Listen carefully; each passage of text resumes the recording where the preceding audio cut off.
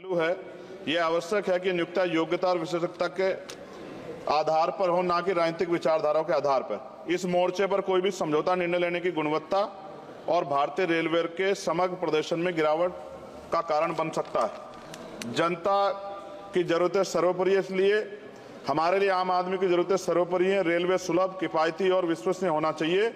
विधेयक को सुनिश्चित करना चाहिए कि इन सिद्धांतों का पालन होगा।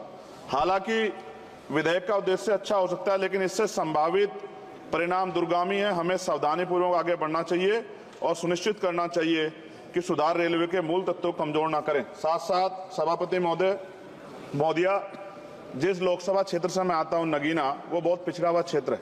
वहाँ के युवा, किसान, महिलाएं, मजदूर जीवन यापन करने के लिए कठिनाइयों का सामना करना पड़ता है उनको।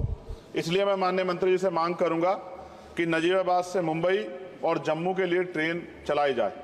साथ साथ नजीबाबाद स्टेशन गढ़वाल का प्रवेश द्वार है।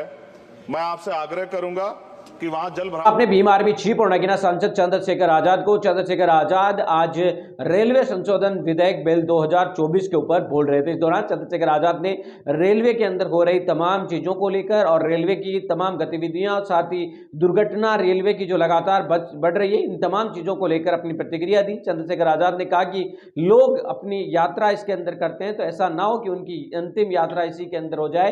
रेलवे को सुधारने की बहुत ज्यादा जरूरत है। चंद्रशेखर आजाद ने इस दौरान केंद्र सरकार से भी और मंत्री से भी मांग की है कि वो लगातार इसके ऊपर है वो सुझाव अच्छे दिए गए हैं, उनके ऊपर अमल लिया जाए और साथ ही रेलवे के अंदर बेहतरीन तरीके से सुझाव है वो सुने। इस दौरान आपको बता दें कि रेलवे मंत्री अश्विनी वैष्णव भी संसद के अंदर मौजूद थे। लोकसभा में नगीना सांसद चंद्रशेखर आजाद ने रेलवे विधेयक बिल के ऊपर करीब 4 मिनट तक अपनी बात रखी और उन्होंने रेलवे के अंदर गुणवत्तापूर्वक सुधार करने की मांग की है। साथ ही रेलवे के अंदर सीटें बढ़ानी, बोगी बढ़ाने और सुरक्षा आदि इत्यादि को बढ़ाने की भी मांग है वो केंद्र सरकार से की है, जिसके ऊपर जल्द ही केंद्र सरकार की तरफ से संज्ञान लेने की बात